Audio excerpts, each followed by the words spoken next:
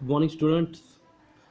जैसे कि आप सब देख पा रहे हैं, आज हम लोग हमारा कक्षा 8वीं का पाठ विषय भूगोल देख रहे हैं। और हमारा जो पाठ शुरू है बेटा वो है सागरीय नीतल की संरचना, पाठ नंबर 4, जिसमें हमने पिछले वीडियो में भौगोलिक स्पष्टीकरण देखा हुआ था। और इसके अलावा फिर हमने महासागर के नीतल की संरचना भी देखी हुई है ना। और महासागर के नीतल की संरचना में आकृति 4.2 के बारे में हमने विस्तृत चर्चा की थी। मैंने आपको वहाँ पे समुद्र तल, समूह, सागरीय खाई यहाँ पे दोनों जगह पे दिखाई। सागरीय मैदान क्या होते हैं वो बताया। इसमें गहराई कैसे होती है, कैसे नापनी है वो मैंने बताया। सोनार टेक्नोलॉजी का उपयोग करके हम लोग समुद्र की गहराई नाप सकते हैं। फिर पर्वतीय श्रेणी यानी कि सागरीय द्वीप को क्या कहते हैं, महाद्वीपीय जलमग्न सीमा क्या है, महाद्वीपीय ढाल, तट, महाद्वीप, ये सब आकृति 4.2 में हमने पिछले वीडियो में देखा हुआ है, महासागरीय तल की संरचना में। ओके, आज हम लोग इसका महाद्वीपीय मग्न पट देखेंगे बेटा। पिछले वीडियो में मैंने आपको जलमग्न भू संरचना के बारे में बताया था और भारत सागरीय नीतल के बारे में भी बताया कि यहाँ पे हर अंदर जैसे जैसे समुद्रीय तट के जैसे जैसे हम लोग अंदर जाते जाएंगे वैसे वैसे उसके जलमग्न भू संरचना में परिवर्तन होता जाता है। वो एक जैसा नहीं रहता, कहीं खाई रहेगी या कहीं बहुत ज़्यादा गहराई होगी या फिर कहीं कहीं तो सपाट जगह होगी। ठीक है, तो आज हम लोग ये महाद्वीपीय मग्न तट के बारे में जानकारी देखेंगे बेटा। अब ये क्या होता है मैं आपको बताना चाहूँगा कि देखिए यहाँ महाद्वीपीय तट आपको यहाँ पे नज़र आ रहा है। ठीक है, और ये जलमग्न सीमा, महाद्वीपीय जलमग्न सीमा, इसी से चर्चा इसी के रिलेटेड चर्चा हम लोग करेंगे। तो यहाँ पे देखिए महाद्वीपीय मग्न तट में आपको बोला गया है कि तट के निकट एवं सागर में डूबा हुआ भूमि का भाग महाद्वीपीय मग्न तट कहलाता है। महाद्वीपीय मग्न तट किसे कहेंगे कि तट के निकट, मतलब बहुत सारे महाद्वीपीय तट के निकट एवं सागर में डूबा हुआ भूमि का भाग, बहुत ज़्यादा अंदर की गहराई के भाग नहीं है, ये ऊपरी भाग जो है को हम लोग महाद्वीपीय मग्न तट कहते हैं। तो यह महासागरीय नीतल का सबसे उथला भाग होता है। ये महासागरीय नीतल मैंने आपको बताया था ना बेटा, तो महासागरीय नीतल को हम लोग ने पिछले वीडियो में देखा हुआ है। मैंने आपको बताया था कि जलमग्न भूमि की संरचना को सागरीय नीतल कहते हैं। ठीक है, तो ये महासागरीय नीतल का सबसे उथला भाग होता है, ऊपर का भाग होता है, जो कि ज़्यादा अंदर गहराई तक नहीं डूबा होता है।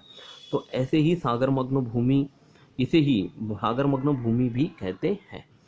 उसका ढाल मंद होता है। उसका ढाल क्या होता है बेटा, मंद होता है, बहुत मंद होगा ढाल, एकदम सीधी सीधी डायरेक्ट गहराई नहीं होगी, उसका ढाल थोड़ा सा मग्न होगा, उतार वहाँ पे आप लोग को वहाँ पे दिखाई देगा।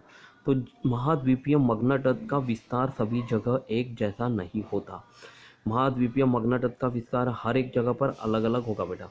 तो कुछ महाद्वीपों के पास वह संकीर्ण होता है, तो कुछ महाद्वीपों के तट के पास वह सैकड़ों किलोमीटर तक चौड़ा होता है।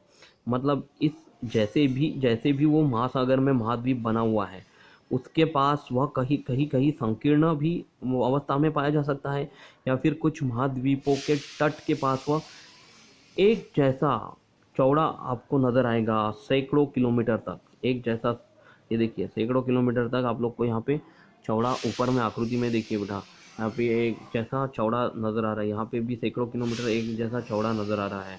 ठीक है, इसकी गहराई करीब 200 मीटर होती है। इसकी गहराई कहाँ तक होगी बेटा, 200 मीटर तक होगी। लेकिन हमने इसके पूर्व इस आकृति में 2000 से 4000 मीटर की गहराई देखी हुई है, इसलिए ये थोड़ा सा ऊपर का उतला भाग होगा। तो मनुष्य की दृष्टि से महाद्वीपीय मग्न तट बहुत महत्वपूर्ण है। क्यों महत्वपूर्ण है मनुष्य की दृष्टि से?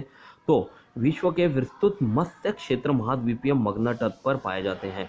मतलब ये वाक्य समझ में आया बेटा आप लोग को? इसमें कहना क्या है कि बहुत सारे हमारे मछली मार भाई लोग होते हैं, है ना, जो मछली जो है उनका मुख्य व्यवसाय होता है मछली पकड़ना।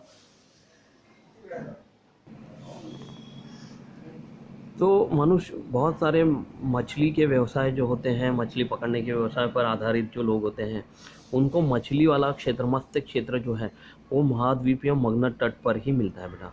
ज़्यादा अंदर तक वो नहीं मछली का जाला फेंक सकते हैं, है ना। ऊपर ऊपर तक ही जो मछलियाँ रहेंगी उनके आधार पर ही उनका घर चलेगा। तो ये विस्तृत मत्स्य क्षेत्र महाद्वीपीय मगना तट पर ही आधारित होता है। यह भाग उथला होने से सूर्य किरणें तल तक नहीं पहुंचती है, तल तक पहुंच हाँ सॉरी उछला होने से सूर्य किरणें तल तक पहुंच जाती है बहुत आसानी से। बहुत ऊपरी ऊपरी भाग होता है तो यहाँ काइयाँ प्लवक पाए जाते हैं, और यदि काइयाँ और प्लवक पाए जाएंगे तो मछलियाँ उनको खाने के लिए उनके आधार उनके ऊपर निर्धारित रहेंगी, और मछलियाँ निर्धारित रहेंगी तो फिर वो उनका खाद्य बन जाएगा, तो ये मछलियों का अन्न हो जाता है। तो खनिज तेल, प्राकृतिक गैस एवं विभिन्न खनिज खनन के माध्यम से प्राप्त किए जाते हैं। तो ये महाद्वीपीय मगना तट जो है वहाँ से हम खनिज तेल प्राप्त करते हैं, प्राकृतिक गैस एवं विभिन्न खनिज भी प्राप्त करते हैं। ये सब खनन के माध्यम से प्राप्त किए जाते हैं बेटा, उनको खोदा जाता है, उनमें बहुत सारे अंदर तक पहाड़ बनाए जाते हैं, और तब वो खनिज तेल, प्राकृतिक गैस आपको आसानी से मिलते हैं। तो उदाहरणार्थ जैसे कि यहाँ पे मुंबई का उदाहरण दिया गया, तो मुंबई हाय अरब सागर में महाद्वीपीय मगना तट पर खनिज तेल एवं प्राकृतिक गैस मिलने का क्षेत्र है। कभी आपको रिक्त स्थान में यदि पूछा गया या फिर प्रश्न पूछा गया, एक वाक्य में उत्तर दो कि मुंबई जो है वहाँ पर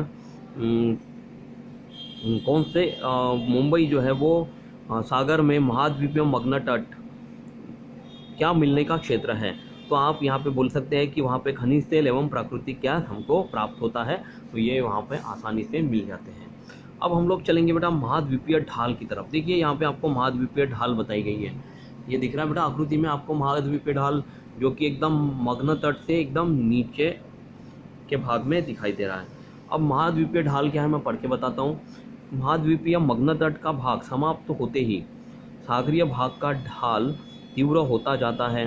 मतलब जैसे ही मगना तट का भाग खत्म हुआ, समाप्त हुआ, तो सागरीय भाग का ढाल थोड़ा सा उतरा हुआ आरोही या अवरोही क्रम में आपको वहाँ पे नजर आएगा। सागरीय भाग का ढाल तीव्र होता जाता है, तो इसे महाद्वीपीय ढाल कहते हैं। थोड़ा सा ऐसे देखिए, ये सीधा भाग था, ये थोड़ा सा ऐसे तिरछा होता हुआ आपको यहाँ पे नजर आएगा।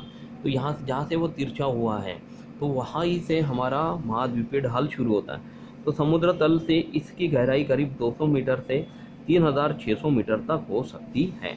अब देखिए बेटा, महाद्वीपीय मगना तट जो हमने देखा था उसकी गहराई सिर्फ 200 मीटर तक होती है, लेकिन महाद्वीपीय ढाल की गहराई जो है वो 200 मीटर से 3600 मीटर तक होती है। तो कुछ स्थानों पर यह इससे अधिक भी हो सकती है। ऐसा नहीं है कि 3600 मीटर तक ही होगी, वो 4000 मीटर तक भी हो सकती है बेटा। तो महाद्वीपीय ढाल का विस्तार कम होता है। महाद्वीपीय ढाल का विस्तार क्या होता है, बहुत कम क्षेत्र में वो पाया जाता है। सामान्यतः महाद्वीपीय ढाल की निचली सीमा महाद्वीपीय की सीमा मानी जाती है।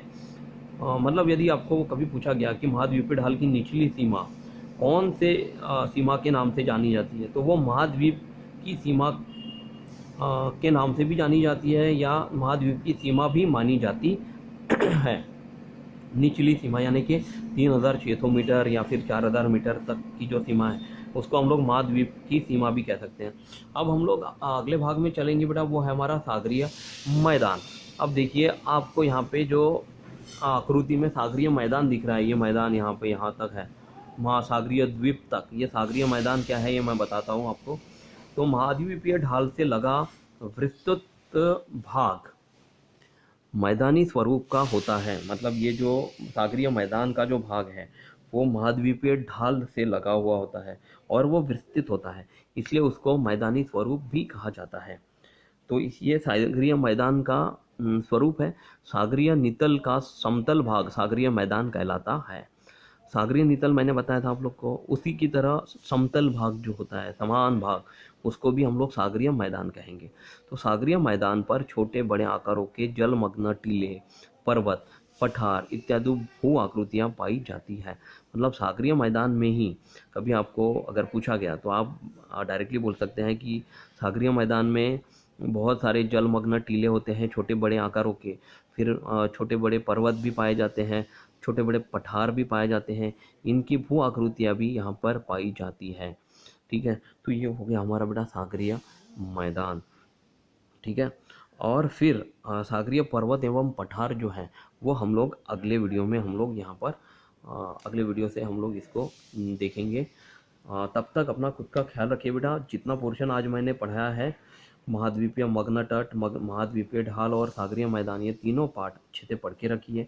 इसकी रीडिंग करना बहुत अच्छा मतलब अच्छा होगा आपके लिए, ताकि आपको रीडिंग की आदत आपसे ना छूटे। और कोरोना से बचने के लिए 2 गज की दूरी रखिए, मास्क ठीक से पहनिए और बार बार हाथ धोते रहिए। Thank you class, take care, bye.